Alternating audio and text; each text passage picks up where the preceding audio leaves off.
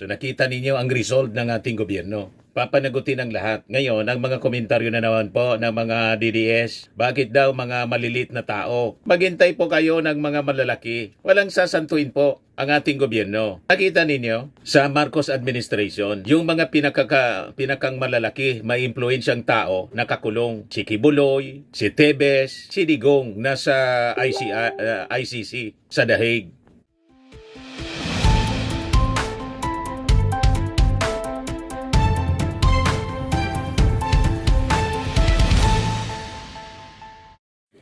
Hello po mga kababayan, si Dante Maravillas. Nagpa-presscon kanina si DILG Secretary John B. Crimolia in relation po sa mga nasa kote, sumuko at saka nahuli na mga sangkot dito po sa flood control scandal. Yung may warrant of arrest na po mga kababayan. Kasi massive ang manhunt operation na inilunsad ng ating gobyerno. NBI at saka po PNP CIDG.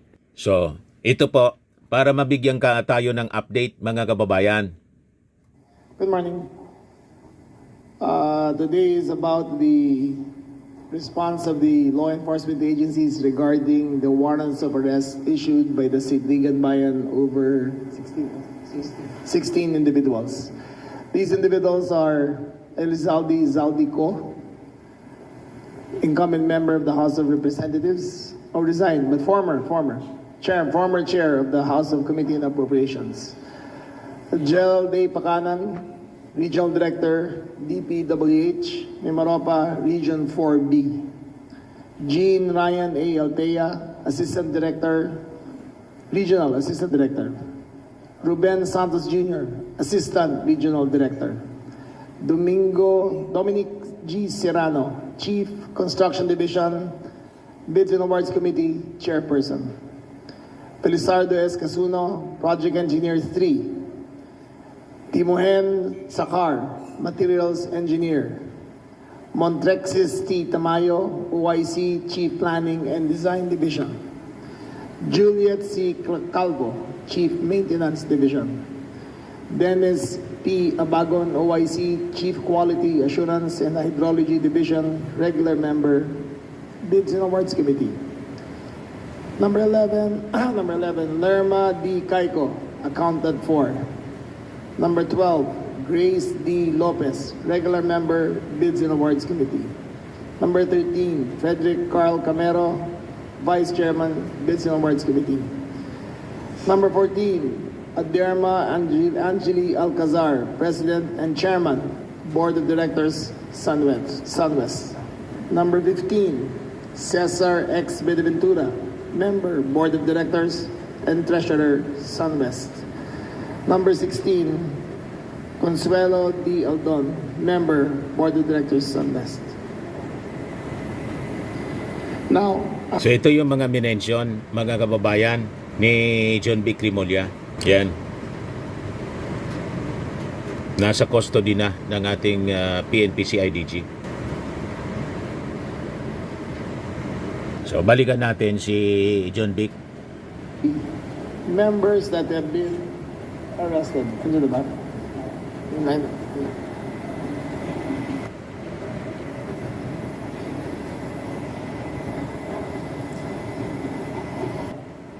Gerald A. Pakanan.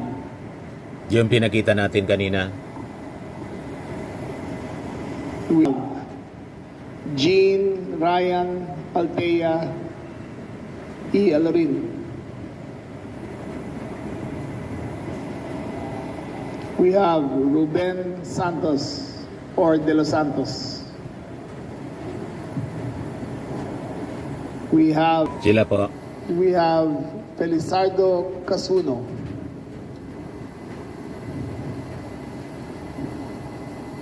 We have Juliet Calvo. These six were Si arrested Pakanan. by the members and Si operatives Altea. of the CIDG. The last member to be, De Los Santos. the last person to be arrested was NBI Director, sineng na-arrest natin under Yan, si Felizardo. Engineer Abagon.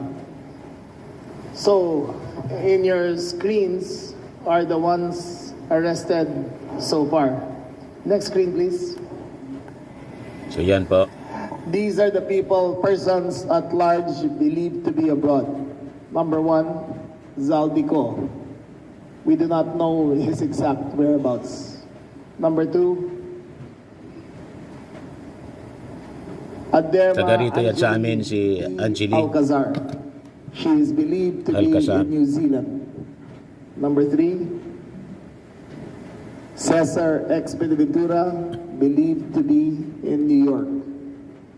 Number 4, Latsan West. Montrexis Mga Tamayo, taga-Legazpi po siya. believed to be in Jordan. So Ladies and tumakas gentlemen, na save lahat. for Zaldico, the other members who are believed to be abroad have made contact with our law enforcement agencies and expected to show up at the embassy and begin immediate towards the Philippines.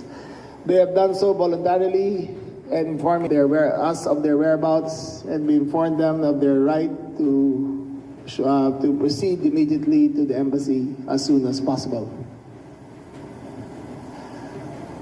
Ladies and gentlemen, these are the accused personalities. We have to make it clear that no matter where you are in the world, we will find you. If you are at large, we will find you. If you are hiding in the Philippines, we will find you. We have one, maybe NBI director can explain about the circumstance beyond the arrest of the personality. Engineer Dennis Abagon was arrested in Quezon City after a failed service in his known address in Cavite. He was arrested on a Sunday early morning at Sikatuna Village. Arrested with him where they stay in helpers or a couple assisting him. NBI Director Magno, OIC. Yung owner ng property. We are into investigating.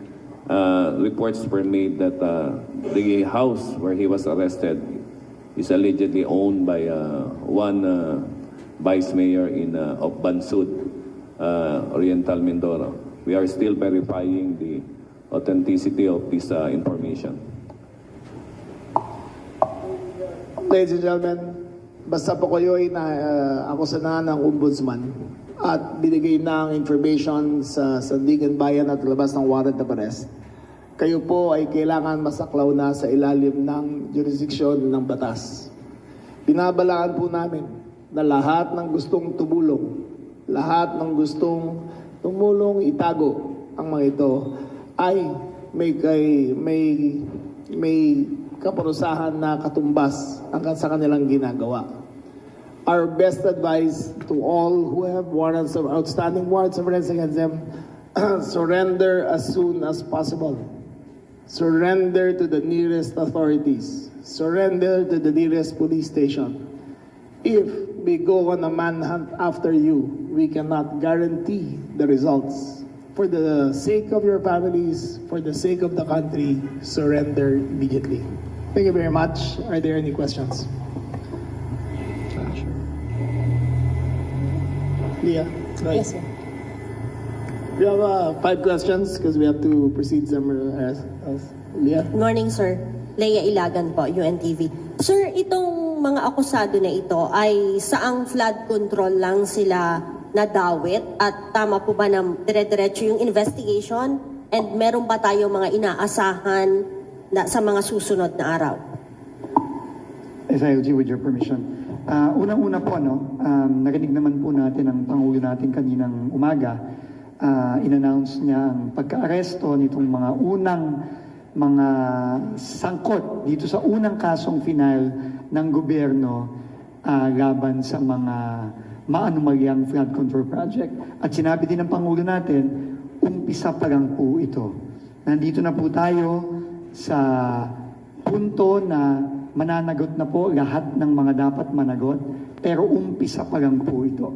Ito po ang unang-unang kaso tungkol sa flood control sa Oriental Mindoro.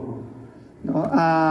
Pero marami pa pong parating na kaso, marami pa pong makakasuhan, marami pa po ang maaresto. Yan po ang pangako ng Pangulo natin. Kaya maghintay na lang po tayo, naghintay na rin naman tayo ng ilang buwan. So tingin ko konti na lang madadagdagan pa ng madadagdagan itong mga makakasuhan at maaresto ito. Kay SLG. Sir, may madadawit po bang mga local government executives sa Oriental Mindoro tungkol dito sa flood control? That is the discretion ng ombudsman yan. So, hintayin natin ng ombudsman maglabas ng report nila. Pero may iniimbestigahan. Again, ombudsman yan. Sila ang magsasabi. 2 more questions, please. Yes, sir. Sir, good morning. No? Any information po regarding the whereabouts of Saldico? You said last Friday he was in Japan. Is it also true na nasa isang country siya na walang extradition treaty with the Philippines kaya hindi siya maaresto basta-basta? Kasi meron tayong kay representative na huli siya agad. But why with Saldico? Why so long? We believe he's traveling with another passport. We do not know if he's using another name. So, bine-verify pa namin eh. The blue notice is out. Now that we have now that he is good, the arrest warrant, the red notice can be out and then we will further determine kung nasaan talaga siya. So hindi pa siya gumagamit ng Philippine passport. So kahit i-cancel, Secretary. Ang hula lang namin, reportedly he has another passport that he's using. Thank you, sir. 1 more question, please. Yes, sir. Morning, sir. Alfred Dallison, Alfred. Journal Group.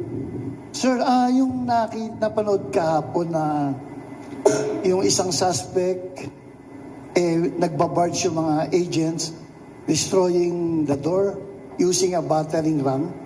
Will it be the norm na gagamitin ng PNP and the LG and NBI para ma-aresto lahat ng mga suspects, sir? Your question again, will we use the same procedure? Yes, will it be the This is norm? yung ginawa ng NBI is standard operating procedure talaga yan. If they refuse to open the door, then the arrest warrant gives them the power to forcibly to break open the doors. Nasa kapangyarihan ng NBI yan at ng ating law enforcement agencies. Okay, meron ba? Last one before we leave. I think 2 more questions, Sec. Okay, go ahead. Sir, last on my part, yung sa anim po na, yung sa CIDG, were they arrested or some of them surrendered? The first one, in the name of Gerald Pakanan, surrendered, and after that surrender, one after the other, we arrested, or the PNP arrested through the CIDG, 6 personalities. 1 more, please.